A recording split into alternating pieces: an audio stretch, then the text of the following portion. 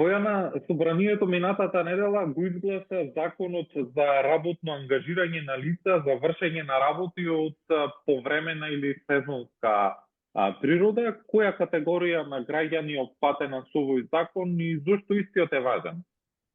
Во суштина, она што ние го препорачувавме во нашите излагања писмени и усмени, беше дека меѓу другото е потребно државата да обмисли и донесе закон согласно примерите на соседните земји кои што ќе ја регулира темата на сезонска работа подетално и воедно ќе предвиди пократки постапки со цел да се олесни и да се стимулираат работодавците да ги пријавуваат своите сезонски работници. Законот се осврнува на неколку индустрии воглавно, на земјоделството во целост, вклучувајќи го и шумарството и риболовството. Понатаму се осврнува на индустријата на сместување, значи хотелиерство, пред се и угостителство, како и на домаќинствата како некој вид на работодавач. Оно што ние го увидовме е дека во овој закон не е предвидено градежништвото како сектор кој што би според нас требало да се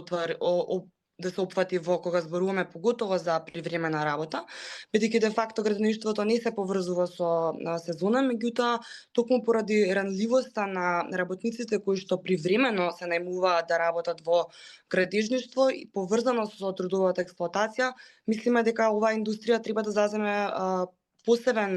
дел, дали во овој закон или пак генерално во праксата кога зборуваме за увидување на неправилности, особено земајќи предвид дека многу прекршувања на работничките права, па и трудова експлоатација беше, да речеме, пронајдена токму во овој сектор. Доброто е со овој закон, како што кажав, е што ќе се поедностават постапките, што навистина е за поздрав како државата разгледува цела оваа тема.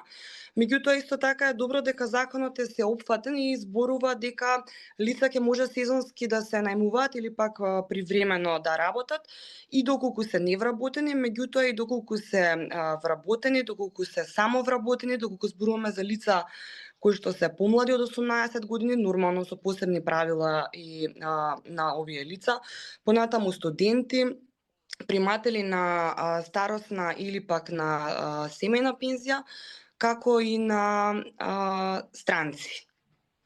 Ги споменавме категориите на граѓани, но и секторите каде што може да бидат привремено или сезонски ангажирани лицата, но колкав е периодот што може да работат ангажираните лица согласно овој закон? Работниците кои што се ангажираат сезонски, а ние знаеме дека наши граѓани, па и странци во нашата држава, навистина многу често се ангажираат сезонски. И сега законот предвидува токму така ограничување и тоа е се со цел за да се заштитат работниците и да не може, да речеме, самите работодавци постојано да ги најмуваат сезонски, сакајќи да го скокнат редовниот работен однос, кој што пак им носи и други права, да речеме, и заштита на самите работници. Па законот предвидел дека може 60 дена во годината еден работник да работи сезонски и тоа може да биде и без прекини и кај повеќе работодавци, додека пак предвидува дека може само 15 дена во месецот да работи привремена работа со вкупен износ од 16 дена повторно во една календарска година и нормално соодветно е предвидена заштитата на максимално работно дневно време, кое што предвидува 12 работни часа и кое што не би го надминало оној максимум кој што е согласно и Законот за работни односи. И сега јас тука, бидејќи се осврнав на тоа како се гледаше, да речеме, и на претходниот закон, и дека овој закон вклучително ги опфаќа и странците, морам да спомнам дека ние сепак гледаме недостиг дека не се се уште опфатени барателите на азил, која што генерално е и наша тема. Исто така сметаме дека треба државата да ги опфати на начин што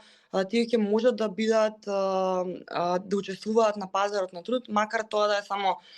сезонска работа. Сега законот зборува за странци, меѓутоа, значи под странци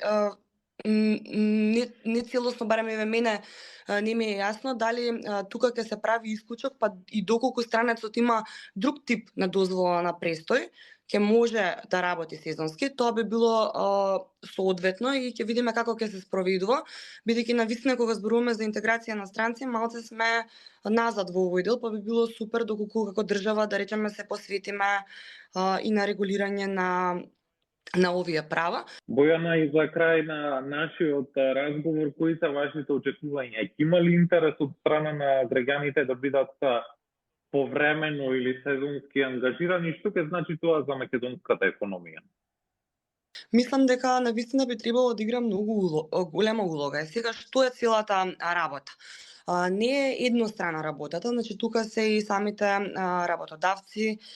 стопанските комори би играле голема улога, а исто така и самите синдикати, кои што би требало нели да извршуваат една едукација, меѓутоа и да прават некоја потенцијална заштита. Секако и тука ние како невладени организации се јавуваме како активен чинител, меѓутоа и секако многу клучен фактор игра и самата агенција за вработување. Бојана, ви благодарам за одвоеното време и гостувањето во утро во Македонија на утро. Благодараме на тебе, Мартин.